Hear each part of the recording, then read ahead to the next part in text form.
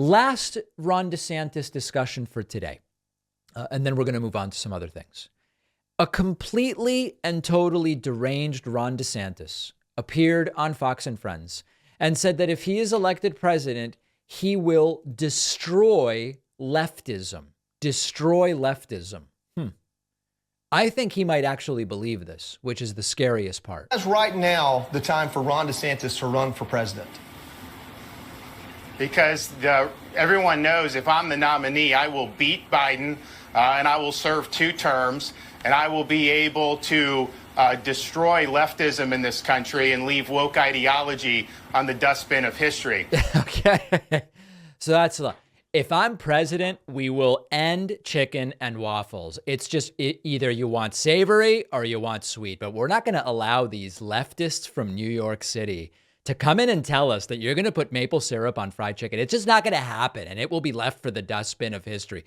This is extraordinarily dangerous, what he is saying. And there are about a dozen different concerns with it.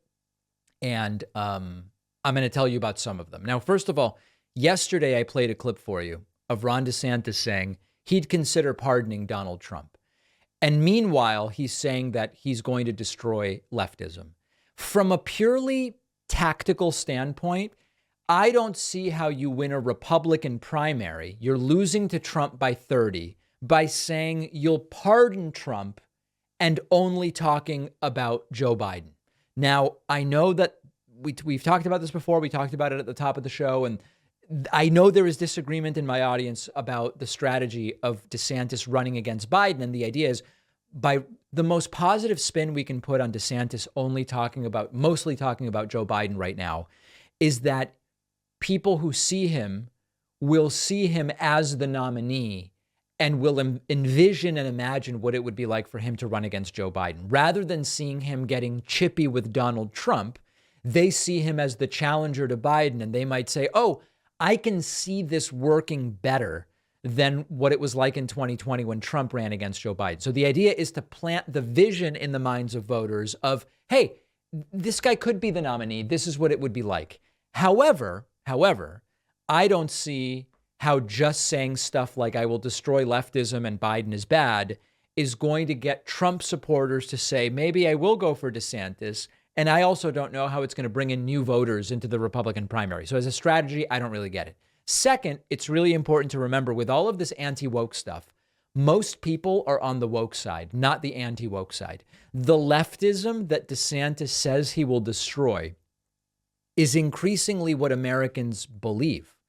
We have numerous polls at this point. These are not outlier polls in any way, which not by a huge margin, but like 55 to 45, 57 to 43, 60 to 40.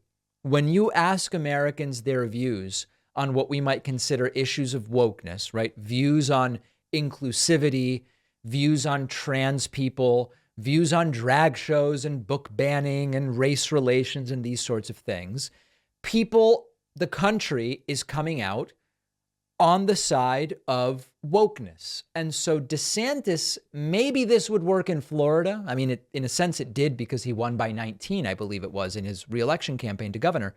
The math isn't there for it working nationally. He says he's going to destroy the movement that is the foremost movement defending human rights right now. The Republican Party is not the party of defending human rights.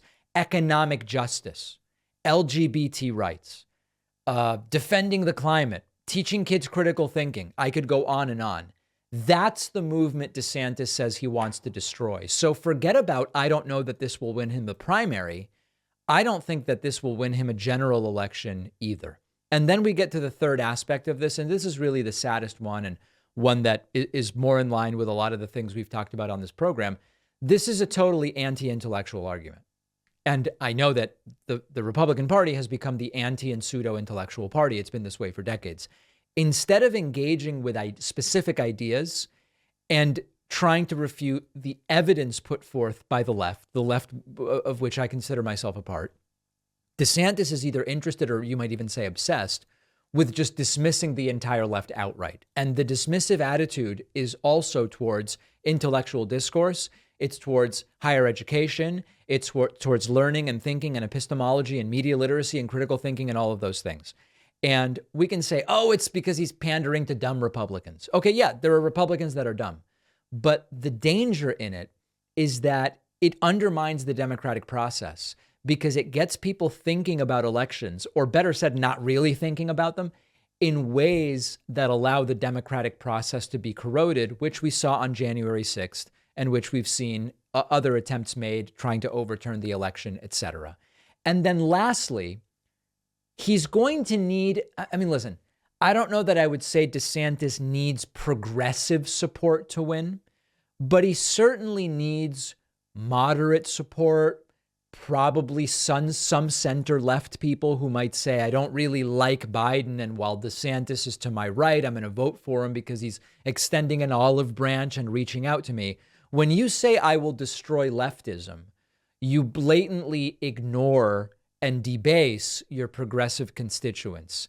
And DeSantis in that way is going to shut himself off from even maybe getting a little bit of that voter base. He's limiting his voter base to the most extreme elements of the Republican Party, and I guess like right-leaning independents maybe. But the open-minded independents, to the extent that they exist, left-leaning independents, centrist Democrats, some of whom DeSantis might be able to pick up if he had a more conciliatory tone, he's going to lose all of them with I will destroy leftism. So right now, DeSantis's approach doesn't seem like a viable approach to defeating Donald Trump to even secure this nomination. And it certainly doesn't seem like a viable approach to defeating Joe Biden. In the next couple days, and maybe even by tomorrow, in time for tomorrow's show, we will have post-announcement polling in a hypothetical matchup against Biden.